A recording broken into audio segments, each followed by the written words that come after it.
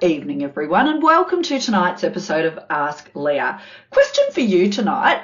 When was the last time you took a bit of time out to do a reset and refocus, to really get clear on what you want to be working on and what is most important to you? For those of you who are in a team or a leader, when was the last time you did this with your team? Not the usual what's on my to-do list this week, but the higher level on the balcony work where you do that check-in, not necessarily full strategic planning, but that bit of a check-in on, what do we want to be focusing on? What are we saying yes to? What are we saying no to? What are our priorities at the moment, and how are we going to work together to deliver those? I did that with my team today. I spent a few hours with my business and relationship manager, Mel, and then we had a team meeting with our virtual assistant, Ephriel, in the mix as well.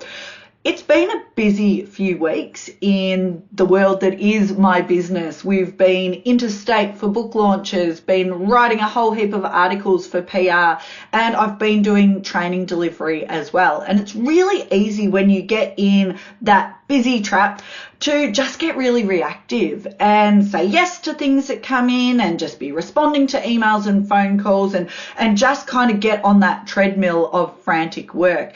And that's where you start spending time on things that aren't so important and maybe saying yes to things that you want to say no to. So I encourage you to think about doing this either for yourself as an individual or with your team this week, in the next week, in the next couple of weeks. Can you carve out even an hour, but maybe a couple of hours, to do that higher level thinking?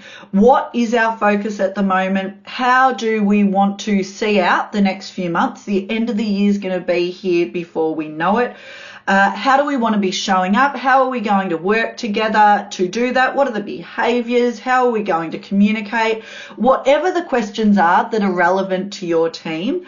But I just cannot overstate how important carving that time out is. If you think you don't have time to do this work, you don't have time to not do this work, because otherwise you will give up your precious time on the things that aren't the most important. So I'll leave you with that tonight. If you have a communication, leadership, soft skill, people skill, change leadership question you would like answered, send it through and I'll depersonalize it so no one will know it's you, and I'll do my best to answer it for you next week. Cheers.